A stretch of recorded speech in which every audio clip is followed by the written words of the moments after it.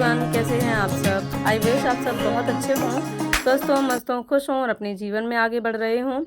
और मैं भी बहुत अच्छी हूँ, खुश हूँ, स्वस्थ हूँ और अपने जीवन में आगे बढ़ रही हूँ।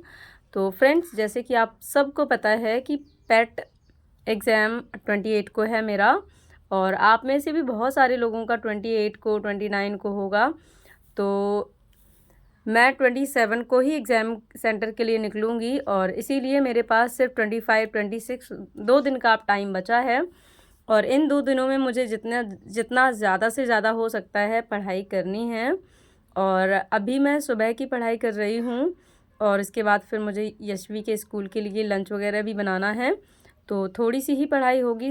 इसके बाद फिर मैं जब यशवी स्कूल चली जाएगी, काम वगैरह करने के बाद की पढ़ाई बाद में करूँगी। तो अभी मैंने ये डिसाइड कर लिया है कि मुझे आज पढ़ना क्या है। कल जैसे कि आपने पिछले वीडियो में मेरे देखा ही कि मैंने हिंदी कंप्लीट कर ली है, और थोड़ा-सा मुझे टाइम मिला था रात में जब मैंने थोड़ा-सा इंग्लिश को भी पढ़ा था, और बस आज फिर मुझे इंग्लिश को ही पढ़ना है। तो ये मेरे पास थोड़ी सी पहले की बुक है। बहुत टाइम पहले जब मैं एसएससी की तैयारी करती थी, तो उस टाइम पे मैंने ये बुक ली थी और इसमें बहुत अच्छी वोकैब है, मैंने इसको देखा है। और जो पेट में प्रीवियस ईयर में जो वोकैब आई है वो लगभग इसी से कुछ-कुछ मुझे मिली है।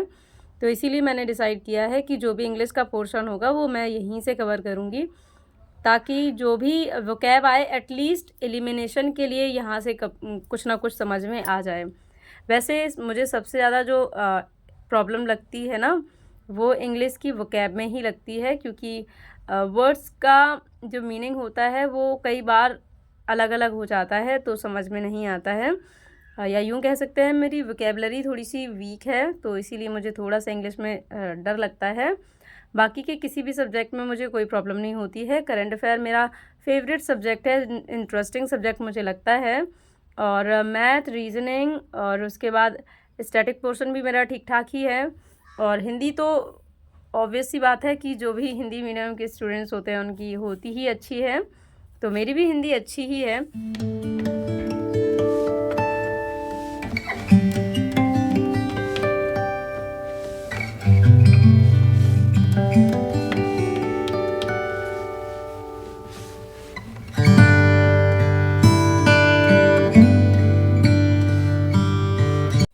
आप सबको पता है कि मेरी एक छोटी बेटी है 5 साल की, जो कि स्कूल जाती है, यूकेजी क्लास में है अभी वो।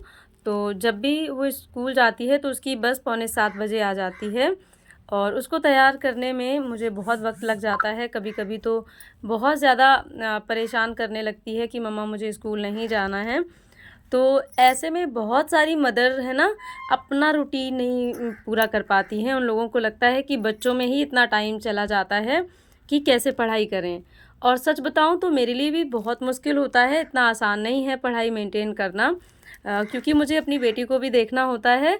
पर मैं उसको, जैसे मुझे लग रहा है कि मैं पढ़ रही हूँ और मैं थोड़ा-सा पढ़ना चाहती हूँ, तो 10 से 15 मिनट भी अगर मेरे लिए टाइम निकलता है तो मैं उसको वेस्ट नहीं करती हूँ। क्योंकि ये 10 से 15 मिनट दिन में कई बार मिल जाते हैं, और ये अगर हम लोग यूटिलाइज़ करें तो ऐसे-ऐसे करके हम कम से कम 3 से 4 घंटे की पढ़ाई आराम से कर लेंगे। और अगर यही 3 से 4 घंटे हम डेली रेगुलर रूटीन रखें, लगातार पढ़ते रहें, निरंतर पढ़ते रहें, निरंतर हमारा यही प्रयास रहे कि हमें ये करना है, तो आप देखेंगे कि कुछ टाइम बाद आपकी स्टडी बहुत ज़्यादा इम्प्रूव हो जाएगी। और सच बताऊँ तो मैं अपने जब मैं स्टूडेंट लाइफ़ थी मेरी, तो मैं एक अच्छी ब्रिलिएंट स्टूडेंट रही हूँ, और मेरा बेस जो है बहुत अच्छा है, बहुत स्ट्रॉन्ग है। तो अभी मुझे छोटी-छोटी चीज़ों पे ध्यान नहीं देना होता है, बल्कि मुझे जो चीज़ें हैं उनको थोड़ा-सा मॉडर्नाइज़ करना होता है। नया जो भी एडवांस आया है, जो भी नया ऐड हुआ है, उसको थोड़ा-सा देखना होता है, और पीछे वाले जो चीज़ें हैं उनको थोड़ा-सा रिवाइज़ करना होता है। तो इस तरह से मेरी चीज़ें जो हैं पीछे बहुत ज़्यादा छूटती नहीं हैं। और मैं, ऐसा नहीं है कि मैं सब कुछ भूल गई हूँ और मुझे अब शुरुआत से शुरू करनी है, ऐसा नहीं होता है। मेरी लाइफ़ में चाहे कितनी भी मुश्किल घड़ी आ जाए, चाहे जितना भी प्रॉब्लम फ़ेस करना पड़े मुझे, लेकिन मैं कभी भी पढ़ाई अपनी नहीं छोड़ती हूँ।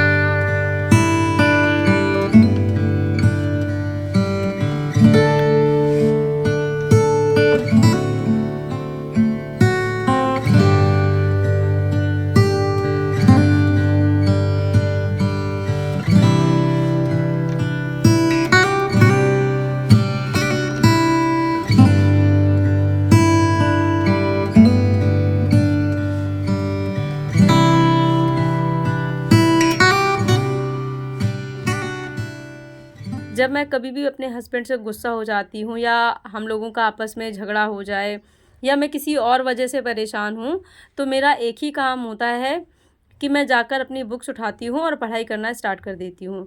कई लोग ऐसे समय में क्या करते हैं कि बैठकर एक जगह रोने लगते हैं, बहुत सारी चीज़ों को याद करते हैं और सोचते हैं मैंने ये किया था, लोगों ने मुझे एप्रिशिएट नहीं किया, मैंने ये काम अच्छा किया था, लोगों ने मुझे गलत समझ लिया।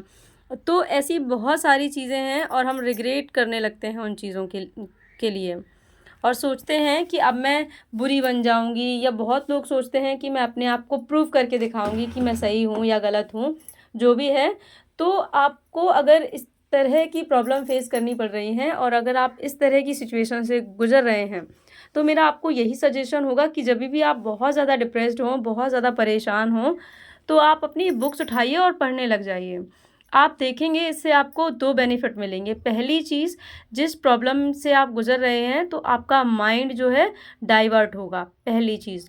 और दूसरी चीज़, उस प्रॉब्लम की वजह से जो आपकी पढ़ाई छूट रही होगी ना, वो छूट नहीं पाएगी, बल्कि आप गुस्से में बहुत ज़्यादा कॉन्सन्ट्रेट करके पढ़ पाओगे और आप जो है अपनी पढ़ाई को भी साथ में लेके चलते चलोगे और छूटेगी नहीं आपकी पढ़ाई। तो मेरे साथ यही होता है जब भी मैं बहुत ज़्यादा किसी से गुस्सा होती हूँ या कोई भी प्रॉब्लम जो मुझे परेशान कर दे, तो मैं ऐसे समय में सबसे ज़्यादा जो काम करती हूँ वो ये कि जैसे मान लो मुझे रात में बहुत ज़्यादा देर तक नींद नहीं आ रही है किसी टेंशन की वजह से, तो मैं अपनी बुक्स उठाती हूँ और पढ़ाई करना स्टार्ट कर देती हूँ। और कुछ टाइम बाद पढ़ते-पढ़ते, पहले शुरुआत में जब बैठती हूँ तो मुझे पढ़ने में मेरा मन नहीं लगता है, लेकिन धीरे-धीरे और फ़ोकस करती हूँ कि नहीं, मुझे नहीं सोचना है, मुझे सिर्फ़ पढ़ना है। और इस तरह से करते-करते कुछ देर बाद फिर मेरा पढ़ने में ध्यान लग जाता है। और जब पढ़ते-पढ़ते 1 से डेढ़ घंटा बीतता है तो मैं वो प्रॉब्लम ही भूल जाती हूँ जिसकी वजह से मैं परेशान थी। और फिर पढ़ाई करने के बाद जब मैं भूल जाती हूँ तो मैं उसको दोबारा से कुछ नहीं सोचती हूँ। पढ़ने के बाद पढ़ाई बंद करके बहुत रिलैक्स होके मैं फिर सो पाती हूँ। कई बार मैंने देखा है बहुत सारे लोगों के साथ ये होता है, किसी टेंशन की वजह से रात-रात भर नींद नहीं आती है। और इतनी ज़्यादा टेंशन हो जाती है कि अगला दिन भी पूरा व्यर्थ हो जाता है, पूरा वेस्ट हो जाता है। और ऐसे में कहीं न कहीं जब हमारी मानसिक शांति भंग होती है ना, तो हमारा कंसंट्रेशन, हमारी प्लान्स, हमारे आगे के गोल्स सब डिस्टर्ब होते हैं। साथ में फैमिली मेंबर्स, तो ऑब्वियस सी बात है, फैमिली मेंबर्स की जो शांति है वो भी भंग होती है, माहौल डिस्टर्ब होता है। और अगर हमारे घर में छोटे-छोटे बच्चे होते हैं ना, तो इन सब चीज़ों का असर हमारे बच्चों पर भी पड़ता है। तो मैं इन चीज़ों का बहुत ध्यान देती हूँ कि यशवी जो है वो बढ़ रही है, अभी उसकी ग्रोथ ईयर है और वो वही सीखेगी जो मैं या मेरे हस्बैंड रिएक्ट करेंगे। तो मैं इन चीज़ों का बहुत ध्यान रखती हूँ कि अगर हम लोग गुस्सा हैं तो बहुत चिल्ला के बात ना करें और इरिटेट ना हों, और जो भी टेंशन है, प्रॉब्लम है, वो इस तरह से ना हो कि बच्चे उसको देखें और उन उन पर कुछ भी उनका गलत असर पड़े। और फिर इसके बाद बहुत शांति से सारी चीज़ें मैं मैनेज कर लेती हूँ। तो अभी ये रात का समय है, पूरा दिन मेरा काम, काम, काम, और उसके बाद मैंने पढ़ाई भी की, ऑब्वियस सी बात है। और दोपहर में मैंने मोबाइल से ही पढ़ाई की थी, इसीलिए दोपहर का टाइम का जो शूट है वो मैंने नहीं इसमें कर पाया, क्योंकि मैंने अपने ही फ़ोन से पढ़ाई की थी और इसी फ़ोन से मैं वीडियो शूट भी करती हूँ, आप सबको तो पता ही है। तो इसीलिए जब भी मैं अपने फ़ोन से पढ़ाई करती हूँ तो मैं फिर वीडियो शूट नहीं कर पाती हूँ। और अभी मैं इस रात के टाइम में मैंने डिसाइड किया है कि मैं जो ज्योग्राफ़ी है, सिंधु घाटी सभ्यता, वैदिक सभ्यता, हालाँकि मैं सिंधु घाटी सभ्यता पहले भी पढ़ चुकी हूँ और अभी मैं पढ़ूँगी। सिंधु घाटी सभ्यता को भी रिवीजन करना है, वैदिक सभ्यता, जैन धर्म, बौद्ध धर्म, और इन सब से रिलेटेड जो इम्पोर्टेंट पॉइंट्स हैं, जो बिल्कुल बेसिक होते हैं, बिल्कुल ईज़ी होते हैं, उनको मुझे पढ़ना है। कई बार ऐसा होता है क्वेश्चन एकदम सिंपल आता है और फिर हम कन्फ्यूज़ हो जाते हैं कि हमने कुछ पढ़ा तो है लेकिन श्योर नहीं है। तो मैं नहीं चाहती हूँ कि जो बेसिक क्वेश्चन है, बिल्कुल सिंपल क्वेश्चन है, वो मेरे गलत हों। और बहुत टाइम से मैंने हिस्ट्री ज्योग्राफी को नहीं पढ़ा है, तो इसीलिए इसको थोड़ा-सा मुझे देखना है, थोड़ा-सा टाइम एक्स्ट्रा देना है। और जितना भी टाइम मुझे दोपहर में मिला था उसमें मैंने सिर्फ़ और सिर्फ़ इंग्लिश की वोकैब और जो जनरल ग्रामर रूल्स होते हैं वो पढ़े थे। और इतना ही आना है, अगर पैट की बात करें, पैट के सिलेबस के अकॉर्डिंग इतना ही आएगा। तो वो मैंने उतना पढ़ लिया था और मुझे पता है कि वोकैब का तो कोई कह ही नहीं सकते हैं, बहुत ज़्यादा पढ़ना पड़ता है। ऐसा कुछ फ़िक्स नहीं है कि इतना पढ़ लो तो इतने में से ही आ जाएगा। वोकैब तो कहीं से भी आ सकती है, पर मैंने जितना मुझसे हो सका पढ़ी है। अब देखते हैं, अगर आ जाती है तो ठीक है, नहीं आती है तो कोई बात नहीं।